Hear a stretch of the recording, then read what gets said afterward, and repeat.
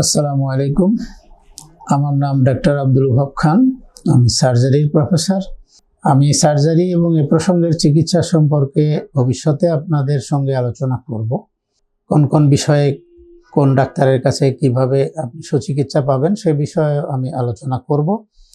প্রথম ভিডিওতে আমি কিছু কথা বলেছিলাম, সেটারই সূত্র ধরে ডাক্তার এবং রোগীর সম্পর্কর বিষয়ে আমি কিছু কথা পুনরায় বলার জন্য আপনাদের সামনে হাজির হয়েছি।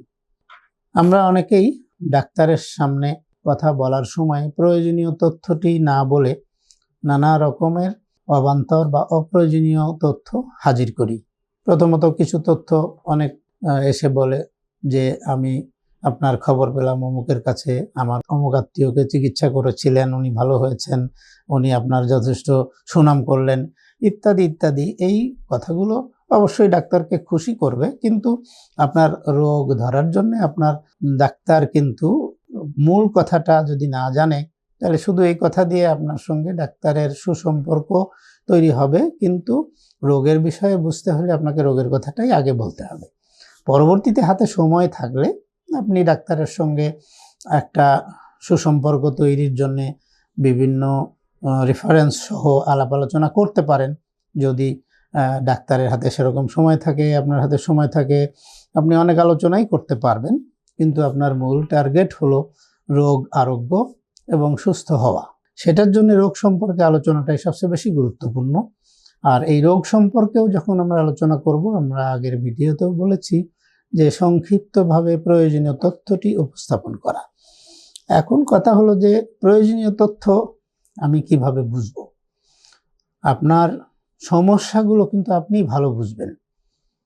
ব্যথা হচ্ছে, কোথায় ব্যথা হচ্ছে, কখন হচ্ছে, কোনো খাবারের সাথে সম্পর্ক আছে কিনা, ব্যথার কারণে আপনি কতখানি কষ্ট পাচ্ছেন, অর্থাৎ আপনার কাজকর্ম ব্যাহত হচ্ছে কিনা, আপনি ঘুমানোর সমস্যা হচ্ছে কিনা, খাবারে কোনো সমস্যা হচ্ছে কিনা। এই সমস্যাগুলো কিছু আপনি যেটা সমস্যা সত্যিকার অর্থেই মনে করেন, সেই সমস্যাগুলোই ডাক্তারের সামনে তুলে ধরতে হবে।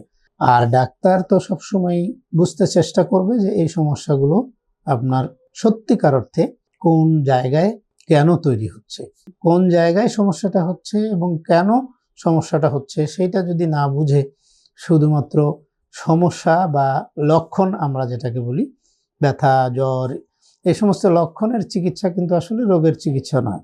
মূল চিকিৎসা হলো যখন এই লক্ষণগুলো কেন হচ্ছে, কোন জায়গায় হচ্ছে, শরীরের কোন অঙ্গ বা কোন অর্গানে হচ্ছে, সেটা যখন ডাক্তার বুঝতে পারবে তখন সঠিক চিকিৎসাটা আসবে এবং সঠিক সেটা চিকিৎসা সম্ভব হবে।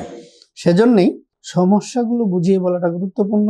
এবং সেই সমস্যার জন্য কোনো আলাদা চিকিৎসা, অনেকে আছে স্যার আমার জ্বর হচ্ছে, জ্বরের চিকিৎসা দেন, বা ব্যথা হচ্ছে, ব্যথার চিকিৎসা দেন। অবশ্যই জ্বর এবং ব্যথার চিকিৎসা দিতে হবে, কিন্তু সেটা তো মূল রোগের চিকিৎসা নয়।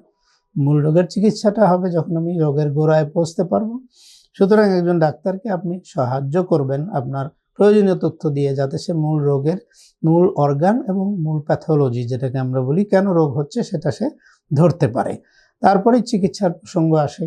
চিকিৎসা সম্পর্কে একটা গুরুত্বপূর্ণ বিষয় হলো, বিভিন্ন ডাক্তারের কাছে আপনি যদি গিয়ে থাকেন, অনেকেই বিভিন্ন ডাক্তারের কাছে যায়, এক একজন এক এক রকমভাবে চিকিৎসার কথা বলবে। আপনার মনে তখন সন্দেহের সৃষ্টি হবে যে এক একজন এক একভাবে কেন চিকিৎসার কথা বলছে। চিকিৎসা রোগ একটা, চিকিৎসা তো এক লাইনেই হওয়ার কথা। বাস্তব কথা হলো যে কোনো সমস্যার সমাধান কিন্তু শুধুমাত্র একটা পদ্ধতিতেই সম্ভব তা নয়। যে কোনো সমস্যারই সমাধান বিভিন্ন পদ্ধতিতে করা সম্ভব। আপনি যে ডাক্তারের কাছে গেলেন, উনি যখন আপনার সমস্ত সমস্যা সমস্ত কিছু শুনে মনে করবেন সেটার জন্যে সব থেকে ভালো সমস্যা সমাধানের পথ কোনটা, ওনার অভিজ্ঞতা এবং জ্ঞান থেকে উনি সেটাই সাজেশন দিবেন। আবার আরেকজনের কাছে যখন যাবেন, উনি ঠিক একইভাবে ওনার অভিজ্ঞতা এবং জ্ঞানে হয়তোবা উনি বিকল্প অন্য কোনো সমাধানের চেষ্টা করবেন বা সমাধান আপনাকে পরামর্শ দিবেন। সুতরাং যে কোনো সমস্যার জন্য আপনি যদি 2 জন 3 জন 4 জনের কাছে যাবেন, দেখবেন যে একজনের থেকে আরেকজনের মতামত কিছুটা হলেও ভিন্নতর হবে। ডাক্তারের ক্ষেত্রেও কিন্তু তাই। তবে আপনাকে বুঝতে হবে যে সমস্ত ভিন্নতা এর ভিতরে কতগুলো গুণগত বা মূলগত পার্থক্য থাকতে হবে। সেটা হলো আমরা ইংরেজিতে বলি বেসিক প্রিন্সিপল, মানে মূল যে নিয়ম বা মূল যে সমাধানের উপায়, সেইটা কিন্তু কোনো রকম ব্যতিক্রম হলে হবে না। বিভিন্ন ছোটোখাটো বিষয়ে ভিন্নতর কিছু অপিনিয়ন বা ভিন্নগত কিছু মতামত আসতেই পারে। সেজন্যে কোনো ডাক্তার সম্পর্কে আপনি যদি ভালো ধারণা আগে থেকে নিয়ে যান বা ডাক্তার কেমন ডাক্তার সেটা সম্পর্কে আগে থেকে কোনোখান থেকে খবরাখবর নিয়ে যান, সেটা সবচেয়ে ভালো। আর তা না হলে আপনার নিজের কোনো আত্মীয় স্বজন বা কোনো কেউ চিকিৎসা হয়ে থাকলে তার কাছ থেকে মতামত নিতে পারেন। আর সবচেয়ে বড় কথা, বর্তমান সময়ে কোনো খবরাখবরের জন্য আপনাকে কিন্তু কারো দ্বারস্থ হতে হবে না। আপনি যদি ইন্টারনেটে সার্চ দেন আপনার সমস্যাগুলো দিয়ে, এই সমস্যাগুলো কোথায় হয়, কেন হয়, কি চিকিৎসা করা হয়, কিছু সম্যক ধারণা আপনি কিন্তু আগে থেকে পেয়ে যেতে পারবেন। ইন্টারনেটে আপনি মোবাইল অ্যাপের মাধ্যমে কম্পিউটারে বসেও নিজের থেকে কিছু প্রাথমিক ধারণা নিতে পারেন। তবে ইন্টারনেটে যে ধারণাগুলো দেওয়া হয় সেটা সবই কিন্তু বিশেষজ্ঞ মতামত নয়। কেউ কেউ নিজের থেকে সামান্য কিছু জ্ঞান নিয়ে ইন্টারনেটে একটা খবর ছড়িয়ে দিতে পারেন, সেখানে কোনো ভুল ইনফরমেশনও থাকতে পারে। আপনার সে সম্পর্কে প্রয়োজনীয় কথা এবং আলোচনার মাধ্যমে একজন বিশেষজ্ঞ ডাক্তারের কাছ থেকে সেটা পরিষ্কার করে নিতে হবে। তো মোটামুটি এইভাবে আপনাকে আস্তে আস্তে বুঝতে হবে যে আপনার সমস্যাটা কি, এবং ডাক্তারের কাছে গেলে আপনি প্রাথমিক একবারেই সব সমস্যার সমাধান হবে না। আপনি দেখবেন ডাক্তার আপনার প্রাথমিকভাবে কিছু পরীক্ষা নিরীক্ষা দিবে। তো এই অবসরে, পরীক্ষা নিরীক্ষা করার অবসরে আপনার কিছু ধারণা ডাক্তারের কাছ থেকে আসলো, আপনার পূর্ব ধারণা এবং বর্তমান ধারণা মিলে এবার আবার একটু আপনি ইন্টারনেটে সার্চ করে বিভিন্নভাবে দেখতে পারেন, অথবা আপনার যদি প্রয়োজন হয় তখন দ্বিতীয় কোনো কারো মতামত নিতে পারেন। অবশ্যই সেটা প্রথম যার কাছে গিয়েছেন তার পরামর্শক্রমে হলে সেটা সবচেয়ে ভালো হয়। দ্বিতীয় মতামত আমাদের চিকিৎসা ক্ষেত্রে সব সময়ই গ্রহণযোগ্য এবং সব সময়ই আমরা এনকারেজ করি, উৎসাহিত করি। যদি কারো কোনো সন্দেহ থাকে সে দ্বিতীয় মতামত নিতেই পারে। তবে দ্বিতীয় মতামতে এই বিষয়ে প্রাথমিক চিকিৎসক যিনি তার সাথে আবার পুনরায় পরামর্শ করলে বিষয়টি আরও পরিষ্কার হবে।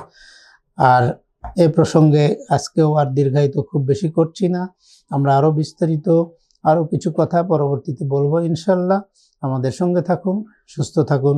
আসসালামু আলাইকুম।